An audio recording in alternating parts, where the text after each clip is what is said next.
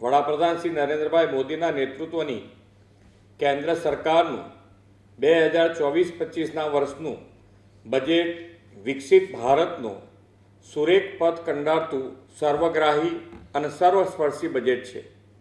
એટલું જ નહીં, દેશની આઝાદીના શતાબ્દીએ 2047 સુધીમાં ભારતનો યુવા વિશ્વ સમક્ષ યુથ પાવર બનીને ઉભરી આવે તે માટેની યોજનાઓ પર ખાસ ફોકસ કરવામાં આવ્યું છે.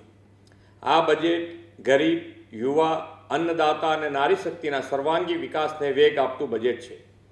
રોજગાર, કૌશલ્ય વિકાસ, MSME અને મધ્યમ વર્ગ પર ધ્યાન કેન્દ્રિત કરવા સાથે એનર્જી, સિક્યોરિટી, પ્રાકૃતિક ખેતી સહિત કૃષિ ક્ષેત્રના વિકાસને પ્રાયોરિટી આપવામાં આવી છે.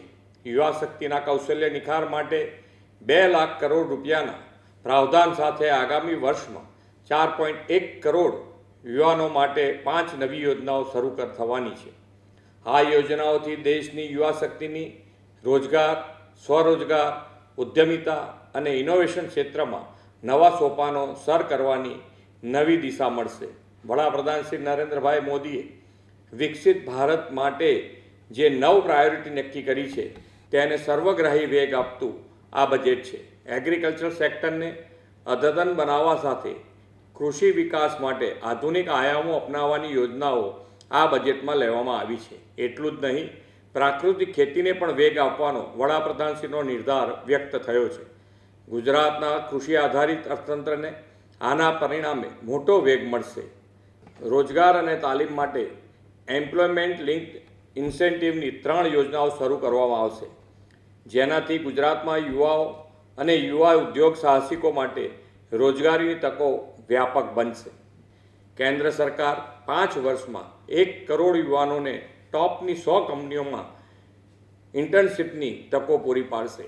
PM જનજાતીય ઉન્નત ગ્રામ અભિયાન અંતર્ગત આદિજાતિ વિસ્તારોમાં સરકારી યોજનાના લાભના સેચ્યુરેશનને વેગ આપવામાં આવશે. ગુજરાતના ઉમરગામથી અંબાજી સુધીના આદિવાસી વિસ્તારના આદિજાતિ બાંધવોને પણ તેનો લાભ મળશે. ગુજરાતના ઔદ્યોગિક વિકાસમાં MSME એ બેકબોન સમાન છે. આ બજેટમાં કરવામાં આવેલી વિશેષ જોગવાઈઓથી MSME સેક્ટરને બૂસ્ટ મળશે.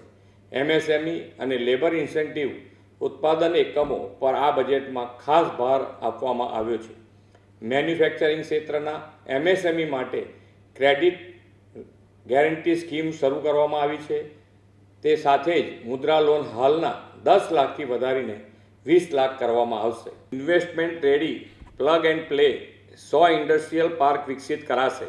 PM સૂર્ય ઘર મફત બિજલી યોજના રૂફટોપ સોલર પ્લાન્ટ માટે શરૂ કરવામાં આવી છે, જેમાં 1 કરોડ આવાસ 300 યુનિટ સુધી મફત વીજળી મેળવી શકે તેવું લક્ષ્ય છે.